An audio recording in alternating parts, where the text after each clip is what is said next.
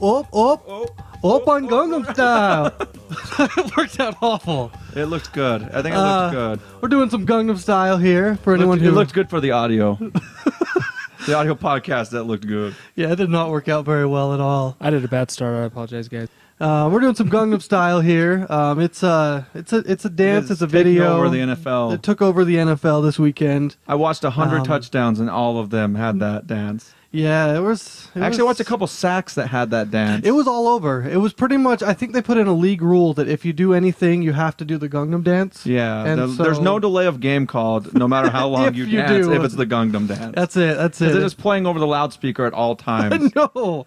Like, we went to the basketball game the other day, and they played it over and over and over again. Yeah, and everywhere. It's taken over everything. You went to a Halloween thing, didn't you? And the spookiest song they could come up with was that? Yeah. That's bold. If anyone doesn't know what it is, it's a Korean music video that's kind of taken over. Epic. The song by itself, if you've seen the music video, when the song comes on, close your eyes so you cannot see all the people dancing around you. And it is a terrible song. I like it. It's like upbeat. I can see why they use it. It's like an upbeat song. It's kind of happy. It's kind of a... I love the video. It's kind of one of those dancing type. Like you can dance to it. And then it has the dance in the video. And I think that's what is... I think it's the big dance. It's like a cowboy riding a horse dance. And if you haven't seen it, go watch it. I'm sure you have. It has millions upon millions of views on YouTube. Yeah, and it's got like 1 million more than that even. Yeah. But it was awesome because the guy who does it's kind of... He's not fat, but he's a kind of a husky dude. What do they call him? Stocky? Yeah, is that what? Stocky? Is that what you're saying? I don't know where you Something. were going with it. But so the bigger guys, like the linemen and stuff and Tolbert, they look better when they're doing it than some of the skinnier receivers do. Like it's a dance that's built for heavy set guys. Well, it's Tolbert and Pierre Paul, who is a big dude. He looked good doing it. Looked great. And then Stevie Johnson did it. Yeah. And he just looked weak. Yeah, I liked his dance where he shot himself in the leg last year a lot better. That one was pretty epic. We are Fantasy Top 5. My name is Eric. I'm one of the hosts here. My name's Sean. I'm another host. We also have Laney Mon in the back. He's mixing it up and everything, making us sound good. So if we sound good, it's all him. If we sound bad, it's all him. Yep. I'm actually in front too, by the way. Don't listen to him. You can tell if you look behind them. I'm not there. That's true. Oh yeah, he's over there. Oh yeah, he is over there. We do a fantasy podcast on iTunes and also live on justin.tv/fantasy top 5. We have a website, fantasytop5.com, and a Twitter at fantasytop5. You can ask us your fantasy questions. We'll answer them. And you can find the audio version of the podcast on most apps that you can find. Like I had, like Stitcher. We just got into Stitcher. Yeah, it's just go to the fantasy. Just go to the fantasy section in Stitcher, and we should be on the first page. So, yeah. But yeah, so we always start out the podcast with the newses and bruises, which there's quite a few this week, like always. The newses are in top 5 news stories, and our bruises are the top 5 injury reports of the week. And as always, there's so many injuries. It's NFL. It's a brutal game. Big ones again. It's not for the weak. It's not for the weak. Oh, it's not for the weak. I got so confused for a second. It's for the strong. I was like, what? Are we doing a different podcast later this week they don't know about? Because you're saying it's not for the weak. I was like, the weak of heart. Oh, yeah. No, then I realized what you were saying. You gotta be a tough guy. It's a Monday. It's been a hard weekend. As you can tell, I'm pretty dumb or out of it. One of the two. One of those. So our number 1 news story is the Bucks versus Saints game. Another controversial call at the end of a game. I don't know if it was that controversial. The thing with me was it wasn't as much that it was a controversial call, but it was the NFL. The NFL has some of the dumbest rules I have ever heard of.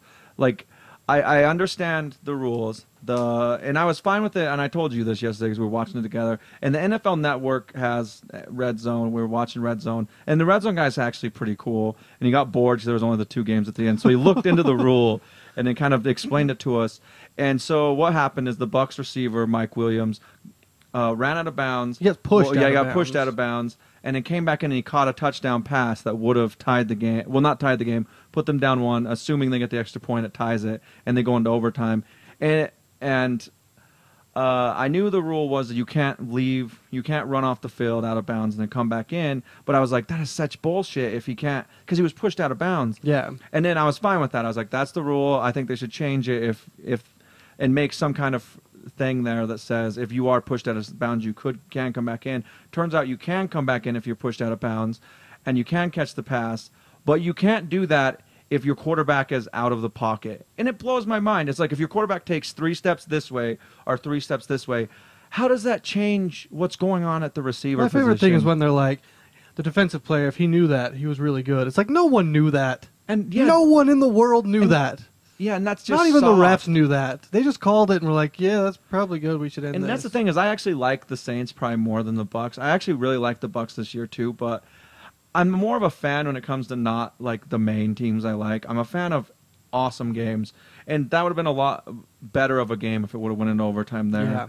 And the Bucks earned it. They scored there. Like if it wasn't for that stupid rule, like the Tuck rule, or like all these other rules that people are like, really? It's nice because they do change rules every year, so there's a chance they may look at that, and this may be something.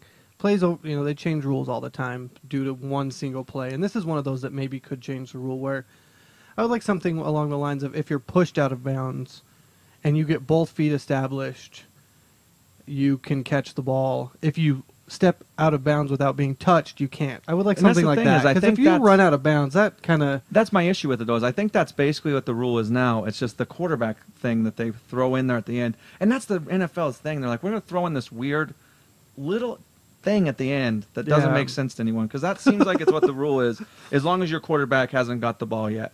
I think they should change it so you can run wherever you want and then still be able to catch it in bounds. That would just make for crazy football. Yeah. They like draw up You go sit routes. in the The routes stands. are like you draw up, you go over, sit on the bench for 30 seconds, get up, run back in, and catch it. That would be Yeah, something like that. run around, go to around the other side and up over here. That would be some crazy. No, I just think you shouldn't be able to be pushed out of bounds. Yeah, it's just a stupid ending to a rule that It's makes mean. perfectly good sense until you put that last line on there. It's mean to push people. That's why I think they should change it. I think it's rude to push someone around. It is pretty rude. It's quite mean. Gosh dang it. And they didn't win the game, which was also mean. My number 2 always seems to be injury related anymore. Nate Kading, the kicker for the Chargers, was placed on IR, and it sounds like his career may be done because they're not going to sign him again.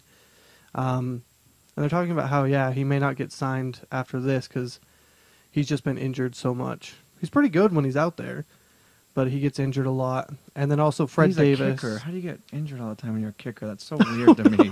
I don't know. Maybe he's just frail. He's just a fragile little guy. Yeah. And then Fred Davis has a torn Achilles, and he is also out for the season. Washington also signed Chris Cooley as well, so he is back with the team. And Chris Cooley, I know he's been injured last season a lot and stuff, but I think he's a playmaker, so I think I liked him. I don't understand why they cut him in the first place. I liked Fred Davis. I kind of thought when Fred Davis came in there, he looked like the better tight end than Chris Cooley. So honestly, Fred Davis was, I thought he was going to be the guy. I thought Chris Cooley was kind of done. But now that Fred Davis is done, they need someone. And Cooley has been with the team, so he's probably the best tight end to sign there. But Yeah, he already knows the system. my number 3 is the Panthers. Pam Newton has some weird rant that he went on after the game. Says he's bringing in a suggestion box. He doesn't know what the problem is, but he's going to turn Carolina around. And then they fired the GM. Yeah, So, I don't know. I do think there's a lot of things. I think the GM, for one, I think those running backs, I don't know why they gave D'Angelo Williams such a huge contract. I think they could have went out and got someone else. They did get Tolbert, which yeah. Well, and here's the thing. I like Tolbert. I think Cam Newton went out and he made a scene, and I guess it worked. Mhm. If they fired the GM, and just it's kind of bold to say that that's what he wanted. I feel like as a player, you're probably going to think they should fire the coach or fire the offensive coordinator at least, because I think that was his point that he was making, and the only valid point he had in the whole thing. He took it a bit far with the suggestion box and stuff, but the valid point he had was their play calling is horrific. Well, he said it's the same script by the same director, right? Yeah. Yeah. And so, obviously, talking about the play calling, if he's talking about the director, so. Yeah, and that's the thing is, everyone loves Cam or whatever, and so they're not going to get rid of him. So I wouldn't expect the GM getting fired to be the last firing to Yeah, happen, that's the main especially if thing they that- lose a couple more games because that's the thing is they just, I don't know, they were in that game, but they just can't put points on the board. They need to figure something out. Yeah, they do. Number 4 is the NFL is investigating the Chargers for the possible use of a stickum-like substance, which was something that was outlawed back in the 80s. You're not allowed to put any. Apparently, stickum was something they used. So this probably isn't that because that was outlawed. But I think any sticky substance is outlawed. Yeah. And they found, one of the personnel guys back there just putting it on all the gloves and putting it in towels and handing it to the people. And they were like, "What is that?" And they go over to the guy and he's like, "Oh, I don't know." And they check him and they took the stuff and confiscated it. The guy was caught putting it on stuff and handing it to the players. That's so Like, ridiculous. what's he putting on there? Well, that's the thing is you were saying they're bottom 5 when it comes to drop, or top 5 when it comes to not dropping passes. Like they drop Yeah. the fewest passes. They're the top 5 in dropping the least fewest passes. So they're not winning, but they're not dropping passes. So that now they may stop winning and they may start dropping. Yeah, it seems like maybe North Turner knows how close he is to the end of his career. He's like, "What can I do? Yeah. Anything? Any Get some ideas? stick 'em out." Sticky stuff? Let's do it. Any other ideas?" Yeah, that's We gotta do bad for something a here. Chargers team that already looks like a joke. They were up 24-0 against the Broncos last week, and they just blew it. And then this kind of thing comes out. It just makes them look worse when they're already obviously struggling. So yeah, it's pretty just a funny, joke. though. And my number 5 news story, we're going through these pretty quick, is David Wilson. I was actually do something funny for the 5th one. He compares himself to birth control and states that he'll be in the Hall of Fame someday.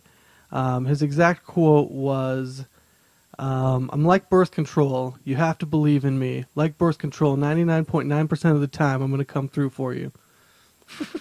Which is pretty ridiculous. I didn't hear that before. I heard that he said he was going to be in the Hall of Fame, which is pretty bold. But I like that out of a running back. Like I like that you're going to go out there and be like, they might not be playing me a lot now, but I'm good enough. I believe. I guess he said he believes in his talent, and I think that's awesome. But Any the player birth that control compares thing- himself to birth control, I'm all Yeah. for.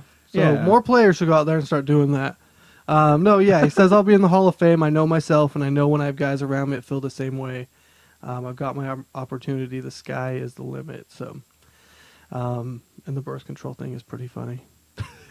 Especially because he fumbled on the second play of his NFL career. Yeah. But then that means that he has 99.9. The condom percent of broke the already time. once. The first one out the gate. So injuries with the bruises here. Woodson is out 6 to 8 weeks with a broken collarbone, which is Huge. rough for a Green Bay defense. Because they It's- have a good defense without him, but he's that leader. He's that guy who he makes a huge play. But this is the thing. This is going to show that Woodson, his style of play, because he's had a pretty big injury each of the last 3 years. The Super Bowl year, he got hurt in the Super Bowl, so it was right at the tail end. But was that a collarbone too? Or I think it was. yeah, so he's getting older. That's why they moved him back to safety. But even at safety, he's not in the safety. When you play safety, it's kind of you don't necessarily hit as much, but when you hit, you come up and you blast people, and that's his style of play, anyways. So I think it's one of those things where there's a good chance he doesn't have more than like maybe a couple more years in him, but he's getting older and. He's already in the Hall of Fame, I think, in most people's eyes. Yeah, so I think he is too. he can bail at any point, and he's already got it in. But if you listen to him in interviews, he loves to be out there. He loves to play. So I wouldn't expect him to be out even at the end of this year. But if he keeps getting hurt like this, he's not going to be able to help it. Well, Green Bay really hasn't looked that good. Their defense hasn't looked. They've had a few weeks, but my number 2 is Maurice Jones-Drew. He has a left foot injury. He left the game. It looks like they've already said he's out week 8, which is pretty big. Which these foot injuries are killing people. And they're worried it could be something quite a bit more serious than just. They're afraid it could be even more than that. So definitely keep an eye on it. But the fact that he's already out for week 8 it's a pretty big deal. Yeah. My number 3 is Blaine Gabbert. He left with a shoulder stinger, but it looks like he's going to practice Looks like he may miss a few practices, but he will practice, so he looks pretty good. Sean Green got a concussion, left the game, says he's good to play. And Des Bryant, same thing, got a concussion, but returned to the game. So it's good, because a lot of these injuries weren't like... They weren't huge. Yeah, they weren't like Yeah, huge, they weren't. like season-ending, besides Fred Davis.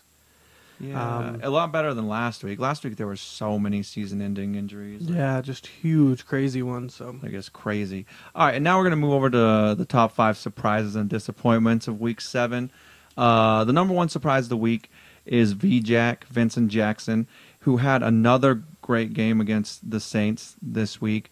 He had 216 yards. He had 1 touchdown. The funny thing about it is Vincent Jackson is he's not your typical wide receiver. He's not the quickest guy out there. He's the only guy I've ever heard of who has a 95-yard reception and a touchdown, but not on the same play. Like, he managed to catch a 95-yard pass, get clear down the field, get tackled at the 1. Like, that's pretty impressive. But he's not the quickest guy, but he is. yeah, because they all were catching up to him, and I'm like, "Come on, you got it!" And no, Yeah, he got it brought was, down. It was kind of sad watching him, like, just barely miss that second touchdown. But the main reason he's a surprise to me, because you knew the talent was there. I think everyone always gets VJack in the first couple rounds, and he always does well. But he is so damn inconsistent Yeah, usually. it's ups and downs every. But he actually this year has been great. Like, he's only had 2 games so far of the 6 they've played, 'cause they've already had their bye week, with less than 15 points, and that's awesome. Because when he was on the Chargers, he would have a 3 touchdown week, and then he would have a 3-point week, and then a 3-point week, and a 3-point week, and then a 3 touchdown week. And I would much rather own a Vincent Jackson who has 100 yard, like around 100 yards receiving and a touchdown every week. Like, and that's what he's been this year. And so that's awesome. And the way that he's playing is helping Mike Williams, like we kind of said it would in the preseason. And then also it's helping Josh Freeman too. So if he stays consistent, I think the Bucks are looking pretty damn solid right now. They're in a tough division because I think the Saints are officially bouncing back, and the Falcons are 6-0 and way ahead of everyone in that division. So I don't know if they'll make the playoffs, but if they can win 8 or 9 games, like, that's huge for them. And then going into next season, I think the coach seems to be doing well. The whole team seems to be doing a lot better. So yeah, that's awesome. Well, it's weird to say that he actually might have a better quarterback Yeah, in Tampa Phillip Bay Rivers than is. in San Diego, which is so weird because Well, if you it's walk- Phillip Rivers and Josh Freeman. But Yeah, Josh I Freeman don't isn't. know. I think I'm starting to feel like that really is the case. He really may have a better quarterback here. And if anyone watched a whole lot last year with San Diego, Phillip Rivers is that guy that it's hard. Like, it works with some guys, like he's being a leader, I guess.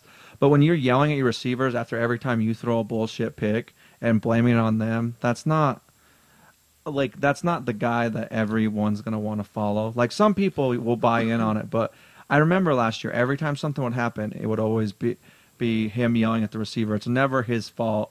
And him and VJack didn't seem like they were on the same page at all last year. I think if you yelled at me more, I think we'd have a better podcast. But that's just get your me. shit together, Eric. I mean, come on. No, I want you to really yell. Like, I want you to, every time I make a mistake, every time I Just say yell. something weird, every time I stumble, just be like, "You asshole!" It's just really uncomfortable, the whole podcast. People are like, this dude's just yelling at that other guy. What's going on here? And then we can be good like the Chargers. Oh, yeah, the Chargers are good. I'll stick them on your hands, on your voice. So it just sticks to the mic better. What? But that would be cheating. That's against Yeah, the it would rules. be. Well, I don't know. That's against the podcasting rules. I haven't looked them up, so I don't know. I don't You haven't know. looked them up? I misunderstood the rules. How did you get into podcasting without looking at all the... There's don't a know. huge rule book. We better I'll bring keep- it over. We better keep that on the DL. All right, but all right. My number 2 surprise of the week is Frank Gore, who he had found himself on a lot of people's bench. Like, the week before this, he had only got 8 carries, and then he comes out and he looks like vintage Frank Gore. Like, he ran all over a very, very good Seahawks team. And realistically, Alex Smith tried pretty hard to lose the game for him at the end there.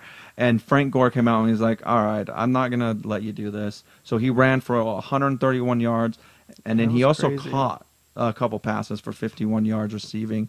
And he looked great. And that's the thing is a lot of people have been questioning. They've been spreading the running load around out there. And I think a lot of that is to help him make it all the way through the year. And I think they're also expecting to make it deep into the playoffs. So trying to keep him fresh. But it looks like when they need someone solid, they're going to rely on Gore. And that's good to see because a lot of people have been blaming it on his age and didn't think he had it anymore. And he definitely still got it. Yeah, I didn't think That's there was going to be awesome. a lot of running in that game at all. And they both running backs. Yeah, it was- Because Lynch didn't do bad. It was weird. I thought it was going to be really good defense. There wouldn't be any running. And Lynch actually That was right. averaged like 5 yards a carry too. Mm-hmm.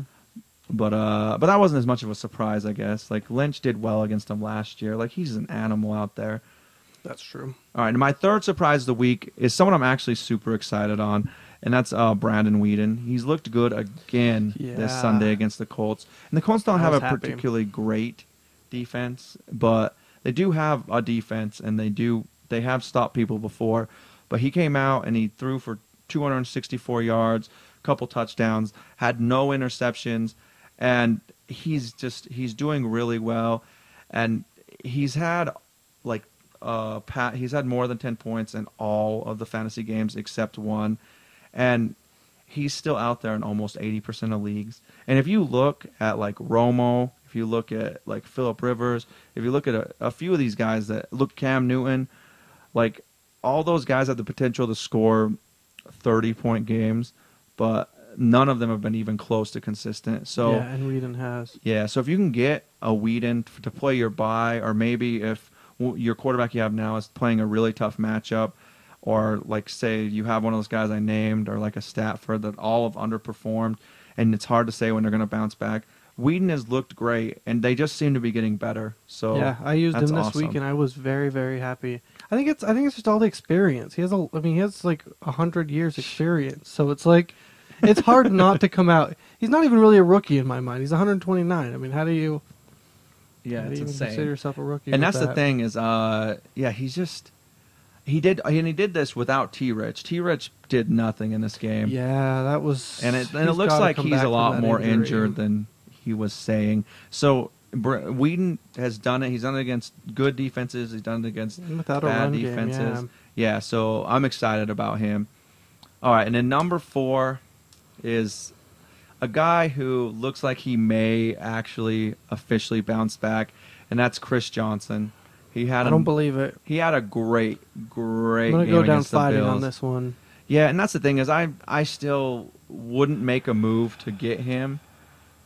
And if I had him, I'd maybe make a move to trade him, because you can probably trade him for a top 10 running back. A lot of people love Chris Johnson, and he looked like old Chris Johnson this last week. He had almost 200 yards, he had 2 touchdowns, and he just looked And he insane. looked good. I mean, Yeah. And the other this games he game hadn't started to looked change good, my but- mind. Like there was a few runs in this game that looked like runs that a good running back has. I Mhm. mean, which he has not looked like at all. And so, I mean, you even take out the big touchdown, he still looked good. So Yeah, and that's the thing too is he's been good 3 of the last 4 weeks. He's had double-digit points in 3 of the last 4 games, and then he was going up against a bad defense, but he's going up against another bad running defense Yep. next week in the Colts.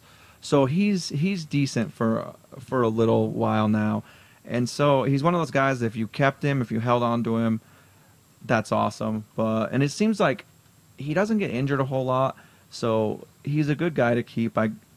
Or to trade. I would prefer trading because it's so hard when you have that guy that gets you no points. well, Lane dropped him, so he should bounce back now.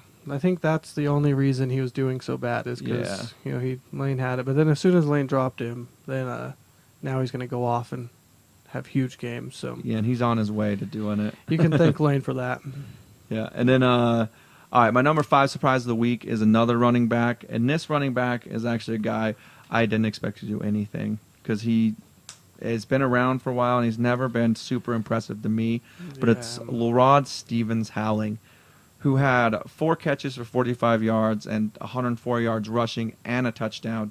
And it looked like Powell had the job there. Mm-hmm. And now it looks like it's up in the air, and it looks like Stevens Howling is looking good, and the Vikings defense is actually pretty solid. So with Skelton playing now, so that Cobb's hurt, and I'm not going to be a guy who's going to pretend like Cobb is anything special either. With a struggling offense, if he can keep a running game like this going and help them out of the backfield like he did in this game, he'll be a lifesaver for him. So I would have to assume that he's a guy people will want to pick up, and if the Cardinals are smart, they'll try to ride him while he's hot and just keep using him until he tapers off, because I'm assuming will taper off, and he's in a division. We'll have to see, because he's in a division that has good defenses, but the Vikings, like I said, good defense, and it's one of those things. You get the opportunity, you can make stuff happen. So. Maybe he's good, but he was a big surprise because, like I said, I didn't expect anything from their running game. Yeah, I didn't either. Yeah, and then He has a good Halloween name with the Howling, so maybe they'll use him for the next few weeks. They just use him just because of Halloween. Like, you make our team kind of festive, so So we're all in on you. we're all in on you. But after Halloween, We'll have give to you a prove new yourself. contract. Everything. We're all in. All right, and then No. we're gonna move to my top 5 disappointments. And the number 1 disappointment is Joe Flacco, who had an absolutely terrible game against the Texans on elite Sunday. quarterback game. Yeah, he is insane out there. I mean, he's so good, so fun to watch, just sitting there and just doing nothing, and then doing some more nothing, and then just throwing some picks and doing nothing. Like, he had less than That's so 150 bad. yards passing. He did have a touchdown, but he also had 2 picks. And the Texans do have a great defense. Yeah, they do. But- It's hard to. But at the same time, everyone's talking about I've played against the Texans, and I can say it is no picnic out there as a quarterback. It really isn't. But they J.J. Watt, but literally their defense, I don't know what it is. They literally knock down every pass. It's yeah, insane. that's what I say. That's what happened to me. Why am I? No. But and here's the thing. The Texans, even with them having a great defense, everyone has been talking about how Flacco is turning into an elite quarterback, including himself. Like, Flacco is the first one to tell you, "Hey, I'm elite. Look at me, I'm elite. I So everyone skateboard in my days off. That's what I do. I'm elite." But You can't call yourself elite. yeah, That's chosen by other people and the way that you play. yeah. But Flacco can. But that's the thing is, last week Although Rodgers Eli did tore it. the Texans apart, even though they have a great defense. That's the thing is, he's far from elite. And after he came out and owned it the first few weeks of the season, he has just turned to crap. And it's the thing, it's Flacco. Flacco always does this. So it's really just typical Flacco. And Yeah. I don't know. I don't know about what the Ravens are going to do, but That's the thing is he's going to have to step his game up. He's going to have to. Like, they need, with their defense the way it is, they need the offense to match it now. And it was the one thing I was worried about, is that the offense wouldn't be able to. And so far it looks like that's the case. yeah, with this one game, it doesn't look like it's the case. So, I mean, I'm going to give him, they have a bye this week, and then we'll see, but he's got to step up. Yeah, he really needs to figure something out. All right, and then the number 2 disappointment of the week is Dez Bryant. A ton of people have been like, "Oh, Dez Bryant, he's finally coming into his zone there. He's looking awesome. He's looking like the Dez Bryant everyone thought he would be coming out of college. He hasn't had any injury issues. He caught 13 passes and 2 touchdowns last week. And then he comes out, and before the week even starts, he's on the injury report with some kind of groin injury. And then he goes into the game, and he played basically the whole game when he did come out for a couple plays, and he had a possible concussion. Yeah. But he only had 2 catches for 14 yards. And it looks like Dez Bryant is still just as inconsistent as ever. And it's rough. It's rough having him, because I have him in a league, and it's just like you have to play him because he has all that potential. And when they get down in the red zone, Tony Romo will throw it to him a lot of the time, and then he has games like this, and it's just ridiculous. Yeah, I don't know how you can trust him. Yeah, and that's the thing. It's just too hard. It's another one of those players that just makes the game frustrating. So when you sit them, then they have huge games. Yeah, and that whole Cowboys offense has been kind of awful. But we're going to move to my third disappointment of the week. And it's another Ravens guy. And I'm saying I'm disappointed in him because we're looking at it from a fantasy position, and he hasn't performed. But I don't actually blame him, and that's Ray Rice. He only had 42 yards rushing, and 12 yards receiving against the Texans on Sunday. And they did get down big, but So they had to throw him. yeah, but that's the thing is Harbaugh, I know you're a good coach. I've seen it in you. You need to get Ray Rice the ball. He needs the ball all the time. Like, Flacco is terrible. You need to be running the ball more, and you need to be getting him. Like, it looks like they're trying to fit him into these crazy packages they have, but then they just like I said, he just needs to be getting the ball all the time. They need to take a page out of the Texans' book. The Texans' book is run first, and then play action, and then pass later. And that's the thing in that game is the first half, the Ravens really did shut down the run, but then they threw all over them, and then they went right back to their game again. And in the second half, Foster just absolutely destroyed everyone. And so that's the kind of game that they need to play. They need to take a page from their book, and run Ray Rice. And that's the thing is Ray Rice, I think, is when it comes to levels of running back, I think Ray Rice and Arian Foster, and then probably McCoy, who is also not being used the right way, Yep. are the three running backs in the league right now that are on a different level. And that's why Arian Foster's above both of them, is because they give him so many touches. Yeah, he already has. I think he has over 160 rushing attempts this year. That's Arian Foster. Wow. And Ray Rice has under 100. And that's a big deal. Ray Rice needs to be getting the ball 30 times a game. He's that running back. And you just gave him a ton of money. Like, use him. Yeah. Like, it just kills me how they're like, and that's the thing is I feel like it's people are like, what the hell are you doing? They have one of the best records in the league, but they have barely scraped by in a few games. Yep. And I don't know. I think if they don't find, if they want to bounce back from the loss they took to the Texans, Ray Rice is the way to do it. Yep. So, yeah, it's just sad. They need to use him more. Yep. And then my fourth disappointment of the week is a guy that me and Eric have been talking about like crazy. He's been really impressive. That's Christian Ponder. And he had the worst game he has had since he took over the starting quarterback position in Minnesota. He only passed for 58 yards. He had 1 touchdown and 2 interceptions. And a couple weeks ago, he was one of the few quarterbacks who hadn't thrown an interception. And then he's been throwing like 2 a game since then. I think it's 3 games since he threw an interception. He's thrown at least 2 in all of them. And he's looking like he's went from being really nervous about it to being kind of lax and just kind of throwing it up. And he needs to get past that. And that's the thing is he's still a young quarterback. He didn't start the first game of the season last year, so he hasn't got a full year in him yet. And he will. I think he'll bounce back. I think he's got the talent. Well, they did win. Yeah, and that's the thing is that's the other. I don't know point. how. Yeah, they go to it goes to the point of how solid the Vikings really are defensively, and then with their running game. And yeah, Adrian Peterson. Yeah, and they they still won. And a quarterback who only throws for 58 yards like that, you don't win that game. Like, not since Trent Dilfer do you win that game.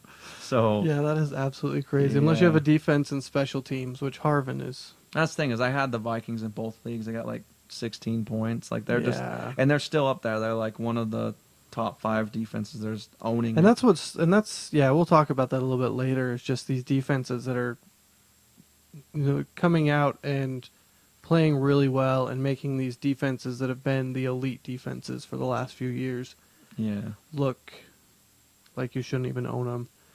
So I'll talk about it, but yeah, it's like Baltimore, the Steelers, Green Bay are all defenses that were just top picks in fantasy, and it looks like those aren't the defenses anymore. Not at all. It's just they're all crazy. getting old and falling apart, and defenses like the Vikings and Houston and Arizona or 49ers are now the defenses to own. So Seahawks defense. you definitely kind of are seeing this transition now. It's crazy. Yeah, and then my fifth disappointment of the week is Darren McFadden, who had another under 100-yard game. It's killing And me. they've only played 6 games so far because they had their bye week already. But he has had under 100 yards in 5 out of the 6 games, and he's one of those guys that everyone thought was going to be like top 10 coming into the season, and he just is not holding up. And it's weird because he's not holding up in a different way than usual. Like everyone has always been like, well, the talent's there, he just can't stay healthy. The talent's there, he just can't stay healthy. And then he stayed healthy. Now he's so healthy far. and not doing anything. It's crazy. And I think the scary thing about it is I watch him run, and he was a little bit too intense. I feel like last year, like he'd be that guy where he's like, at most I'm going to get another yard here, but I'm going to blast this guy because I'm big and I'm strong and I need to make a point, and that's what would Maybe get he's him worried. hurt. And now he's ducking out of bounds a lot more. And seems like he's going down a little bit easier. And don't get me wrong, the Raiders' offensive line hasn't been like blocking for him all that well. But the McFadden is on a team right now who the Raiders aren't looking great offensively at all, really. Denarius Moore is kind of the highlight, and Carson Palmer has done a lot better job not just throwing interception after interception after interception this year. Mm-hmm. But they have to have some kind of running game out of McFadden, so he needs to figure that out. Because yesterday's game was completely their defense. Their defense and Janikowski won that game. Yep. Like Carson Palmer played well enough. Like he was actually a top 5 fantasy quarterback this week, but he was getting hit constantly. And the Jaguars are not known for getting after the quarterback. So I think some of McFadden's problems is the line, but if he doesn't pick it up, and I actually think if you tune in Thursday, you'll hear that I think I'm going to have him on the bounce backs one more time because he's going up against the Chiefs. Chiefs' running defense is extraordinarily bad. But if he doesn't bounce back this week, like I hate to say it, but you have to find a way to trade him or put him on your bench until something happens. It's hard because he's one of those things that you look like a complete moron if you get rid of him and then he Or takes if you off. bench him and he does awesome. Yeah, but it's better But to it's bench getting him that and point. lose one game of his great performance that he could potentially have. Because the talent I know is there. I've watched him run. Well, it's like we talked about. Like he could easily end up as the number 1 running back. Not this year. Not after as many games. I don't know, as with they've all the had. injuries, you never know. If anything happens to Arian Foster, I guess, would be the guy. But all of those running backs have run worse than they should. Jones-Drew was one of the surprise ones that's been kind of consistent, and then But he's he may- out. Yeah. And then AP has bounced back well, but other than that, Arian Foster is the only other one that's been doing great to where they should be. So yeah, McFadden has looked awful, and hopefully he figures something out because he's a great talent, and people picked him up early, and it just sucks for those people that did pick him up early. Yeah, So, that's crazy. yeah. All right. So moving on to pickups, put downs, and watchovers. The people you should pick up off the waiver wire, the people you should trade or drop, and the people you should keep an eye on. My number 1 is Josh Freeman, 53% owned. Over his last 3 games, which is 4 weeks because they had a bye, he's averaged 23 points a game, which is insane, and has been in the top 3 the last 2 weeks. So he's just putting up just crazy, crazy numbers. And has looked really good. Like we talked about with Vincent Jackson, he is just getting everyone the ball. Yeah, and all of them have looked good. And then also the running game's coming along for them too, and that helps a guy like Josh Freeman out a lot. Yeah, Doug Martin is really good. And he's going to everyone. Like he worked Dallas Clark into the mix the last game. He threw a touchdown pass to Underwood. Like they're all of a sudden turning into a really, really good team. So yeah, I agree with you there. Josh Freeman is it looks like he's turning into a sure thing. Yeah, if they had got that last touchdown, he would have been far and above every single quarterback. Instead, I think he was second behind, I can't remember who it was. But yeah, 23 points a game the last 3 weeks is crazy. My number 2 is Cecil Shorts. I've had him on here before. He's 4% owned. He's really hit or miss. He's had 0-point games, and he's had like 13, 14-point games. Like that's it. Nowhere in the middle. But it does look like he's going to be the guy in Jacksonville. They've said that he's the starter. And so it's definitely, they got to have someone there, right? Yeah, and he's the only one who's looked decent. Yeah, they have to have someone. So and Every he's had time those there's a big broken games. play, he's the guy who benefits from it. So So I don't know if I'd play him, but I would definitely pick him up. My number 3 is Rashad Jennings, 20% owned. With MJD possibly out, he may be the running back there. So definitely keep an eye on it. But if you're an MJD owner, he would be my waiver wire pick because he did look pretty good. He doesn't get a lot of play because they have MJD, Jones-Drew. yeah. So, but it looks like if he did, he may actually be pretty good. My number 4 and 5 are, my number 4 is Josh Gordon, 48% owned.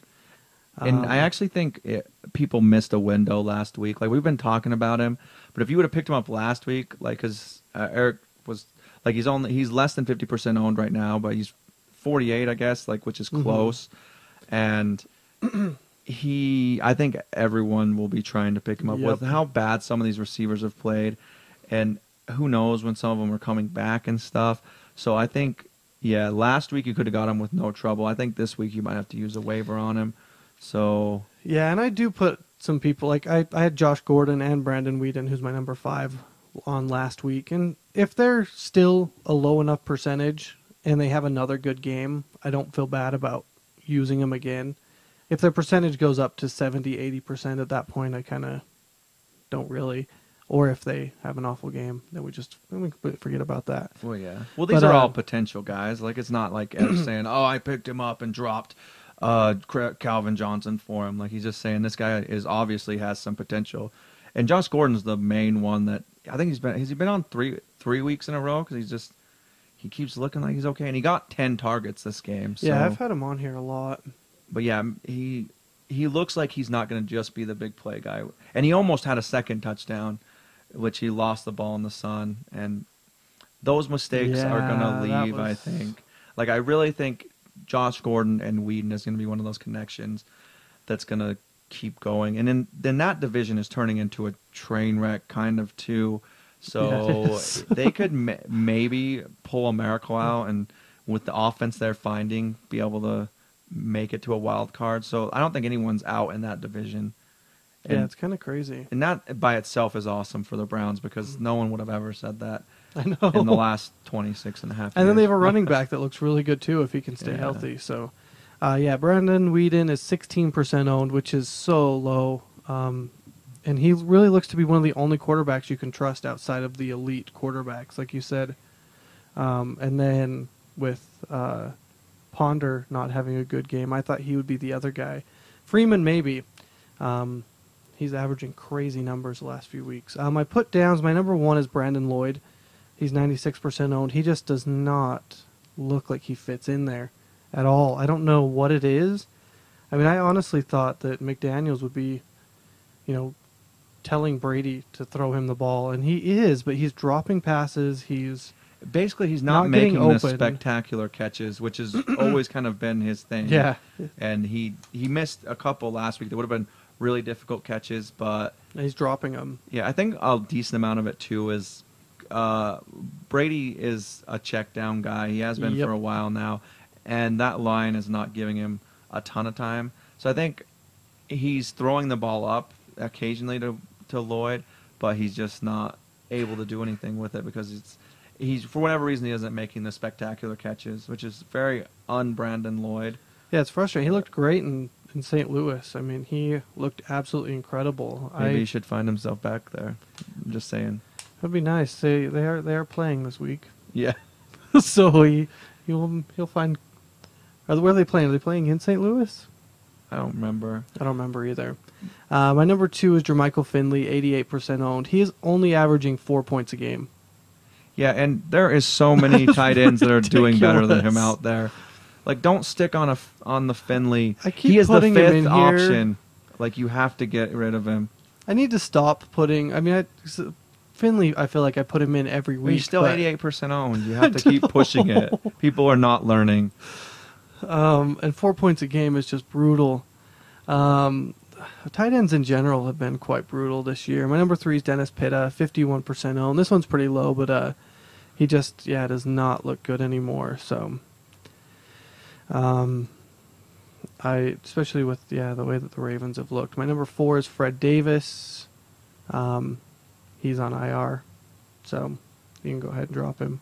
Yeah. And I was going to say injury before I knew he was on IR. I put him in here. My number 5 is and this one there's like we were talking about earlier. This is what I was going to talk about. Is there's quite a few defenses that I would honestly drop.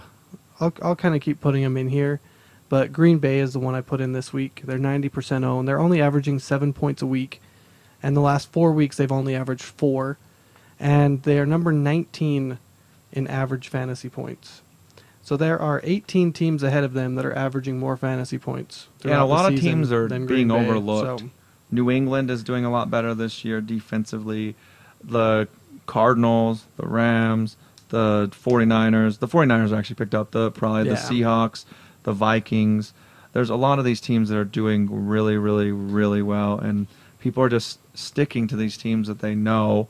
Like, don't own the Steelers, don't own the Ravens, don't own the Packers. The Packers put up, and that's the reason, the Packers, even if they were a great defense, which they're not right now, they're going to get points scored on them. They put up too many damn points to get points, not get points scored on them. And it's just going to get worse without Woodson there. Woodson gets interceptions, he causes fumbles, and without him in there, it's going to hurt. Yeah, and I was trying to figure out which one I wanted to put in, and Green Bay was the highest owned and were the lowest ranked. So, and then with the Woodson injury, that was what kind of tipped it over the top, where it's like, okay, if you own the Green Bay defense, I would just drop them and go find someone else. Like we talked about, there's so many. Yeah. My watchovers are Matt Hasselbeck at 12%.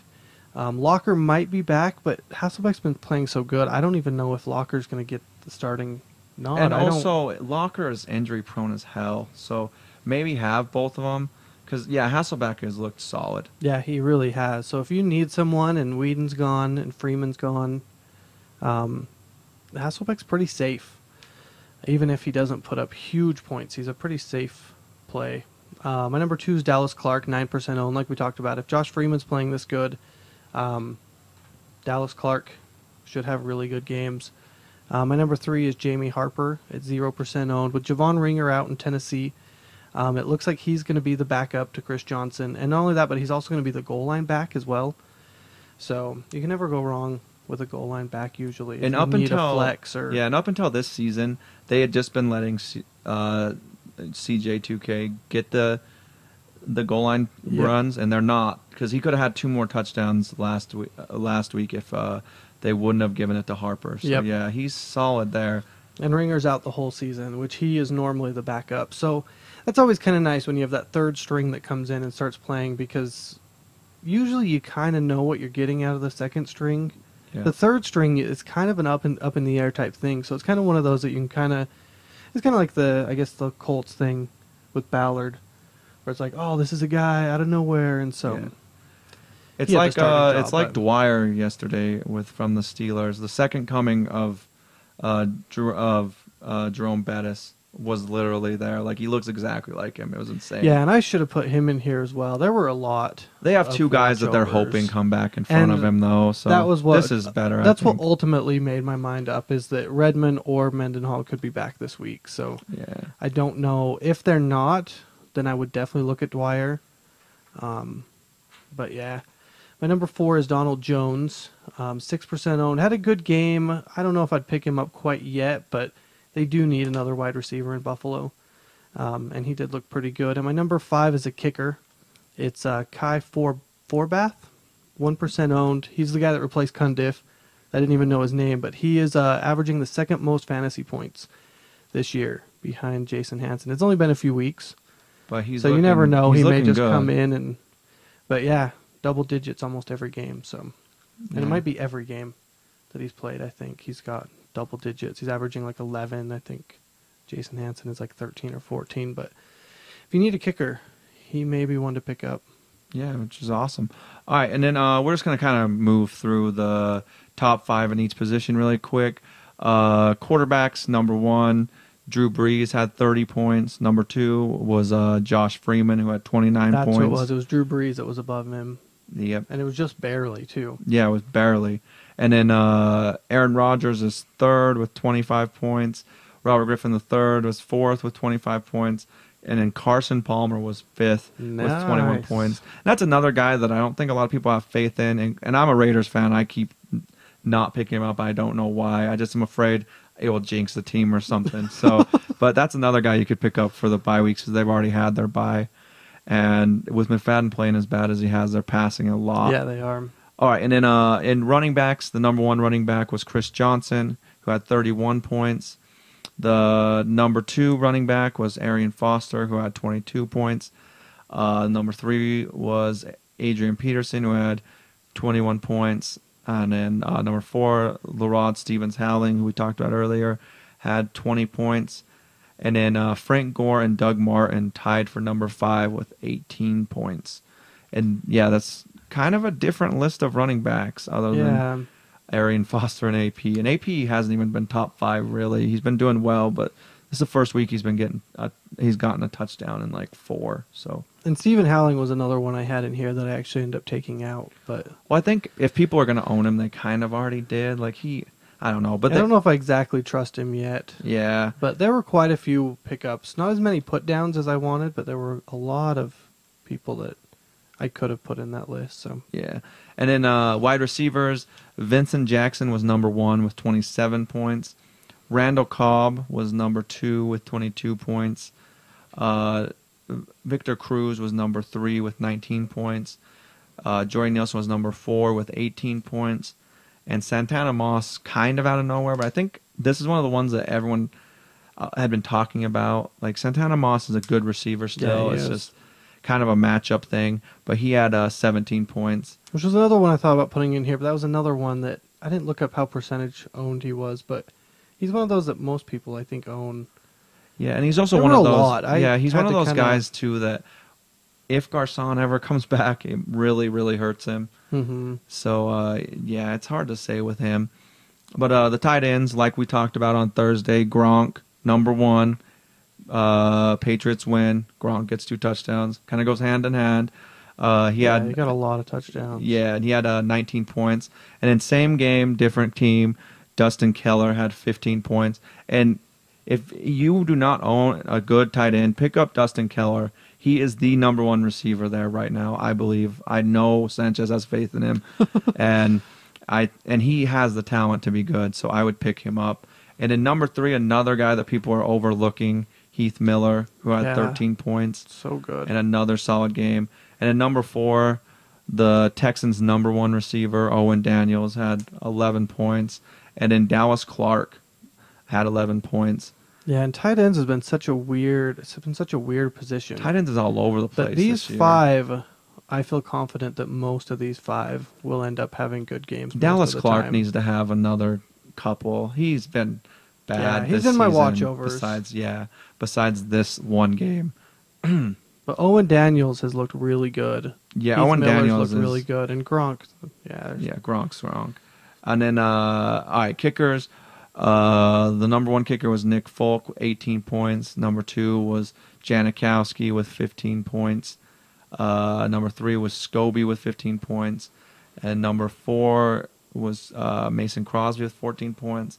Number 5 was Dan Bailey with 14 points. It's kind of the same characters are always there. And then defenses, the number 1 defense, no surprise there, was the Texans, 20 points. Just destroyed it. Yep. And then number 2, a pretty consistent top 5 team was the Vikings with 18 points. And number 3 was the Patriots with 16 points. So weird, the points. Patriots, yeah, They're what it is, they get up and then they wait for the other team to make mistakes and they capitalize on it. And they've done a good job with it this season. And then number 4 and number 5 was the Giants and the 49ers, who both had 11 points. Yeah, the Giants have looked like a really good defense. Yeah, they have. They've looked great. They have a lot of players that play the game. They do have a lot of players that play the game. They I will do. give you that. And then, so that is the top 5 in each position. As always, that will be posted later after we kind of know, after the Monday night game, that no one came up and took over any of those positions. And if they do, we'll update it and we'll put it on our website. Yes, so that is the podcast for the day. Enjoy the game tonight. And then one more Should quick be a good thing one. with our the poll last week. Which 1 and 5 team do you think has the best chance of making the playoffs? And the Raiders actually won it, which is kind of crazy. But I think the reason that makes sense. Yeah, is the other teams. There's like 3 teams on there that are decent, maybe only 2, which is the Saints and the Raiders. And the Saints, I think, would have won it if the Falcons didn't look so good. And then Tampa Bay is actually looking pretty good. So the Saints aren't going to have an easy way. And the Raiders division, per usual, looks awful. So it looks, Broncos are the only team that looked like they could actually come out of that division. And then the AFC in general, it just looked awful. So yeah, like almost there's everyone's a good chance under that the 500. Raiders could come through and actually make a wild card and maybe even beat the Broncos. They're still figuring stuff out.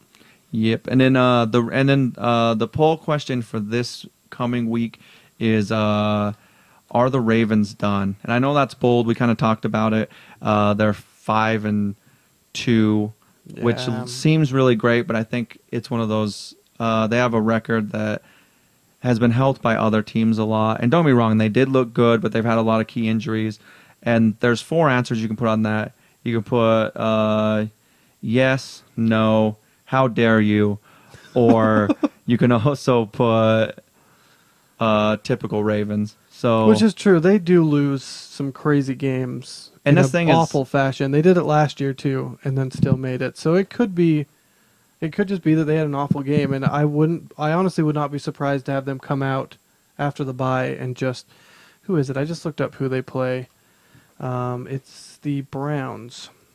Yeah. So I could see them coming out after the bye week and just destroying the Browns, and that's what they do.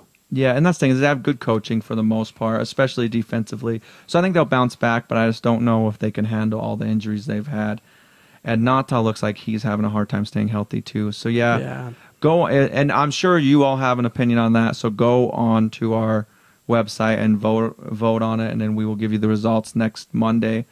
And yeah, that's our podcast. We'll see you Thursday. Remember to send in all of your questions. I'm Sean. And I'm Eric. Peace. Out.